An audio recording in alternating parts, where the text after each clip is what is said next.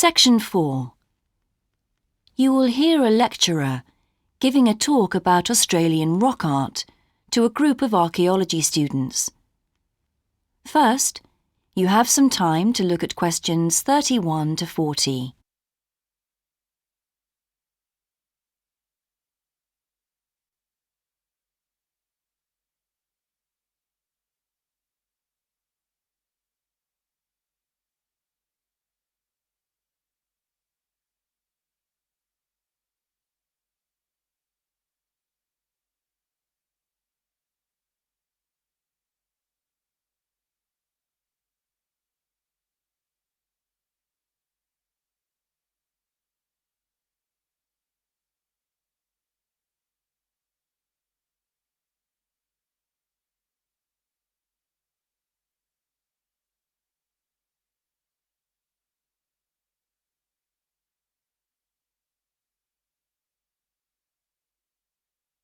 Now listen carefully and answer questions 31 to 40. Good morning, everyone. I've been invited to talk about my research project into Australian Aboriginal rock paintings.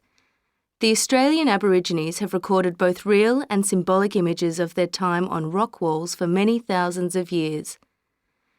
Throughout the long history of this tradition, new images have appeared and new painting styles have developed.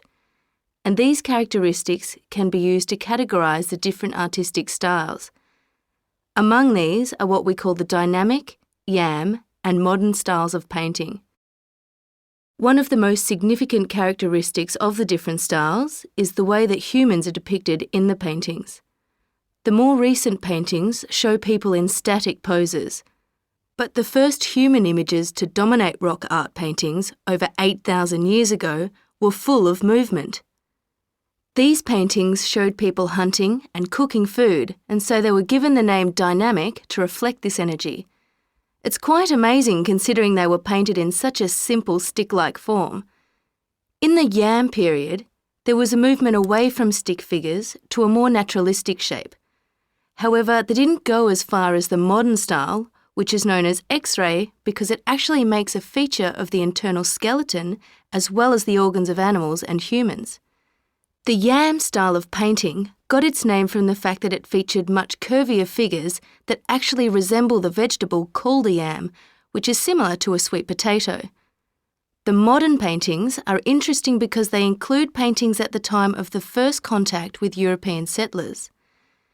Aborigines managed to convey the idea of the settlers' clothing by simply painting the Europeans without any hands, indicating the habit of standing with their hands in their pockets. Size is another characteristic.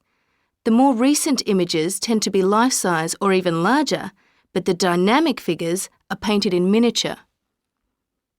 Aboriginal rock art also records the environmental changes that occurred over thousands of years. For example, we know from the dynamic paintings that over 8,000 years ago, Aborigines would have rarely eaten fish, and sea levels were much lower at this time. In fact, fish didn't start to appear in paintings until the yam period, along with shells and other marine images. The paintings of the yam tradition also suggest that, during this time, the Aborigines moved away from animals as their main food source and began including vegetables in their diet, as these feature prominently. Freshwater creatures didn't appear in the paintings until the modern period from 4,000 years ago.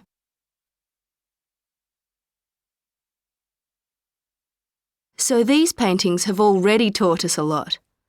But one image that has always intrigued us is known as the rainbow serpent. The rainbow serpent, which is the focus of my most recent project, gets its name from its snake or serpent-like body, and it first appeared in the yam period 4,000 to 6,000 years ago. Many believe it is a curious mixture of kangaroo, snake and crocodile. But we decided to study the rainbow serpent paintings to see if we could locate the animal that the very first painters based their image on. The yam period coincided with the end of the last ice age. This brought about tremendous change in the environment, with the sea levels rising and creeping steadily inland. This flooded many familiar land features and also caused a great deal of disruption to traditional patterns of life, hunting in particular. New shores were formed and totally different creatures would have washed up onto the shores. We studied 107 paintings of the rainbow serpent and found that the one creature that matches it most closely was the ribboned pipefish, which is a type of seahorse. This sea creature would have been a totally unfamiliar sight in the inland regions where the image is found, and it may have been the inspiration behind the early paintings. So, at the end of the Ice Age, there would have been enormous changes in animal and plant life. It's not surprising, then, that the Aborigines linked this abundance to the new creatures they witnessed. Even today, Aborigines see the rainbow serpent as a symbol of creation, which is understandable given the increase in vegetation and the new life forms that featured when the image first appeared. That is the end of section 4. You now have half a minute to check your answers.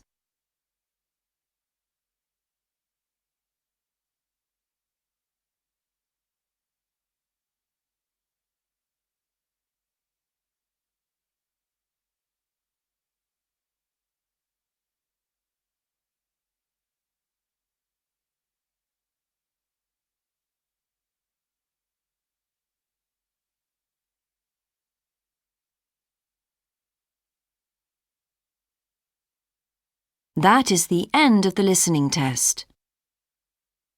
In the IELTS test, you would now have 10 minutes to transfer your answers to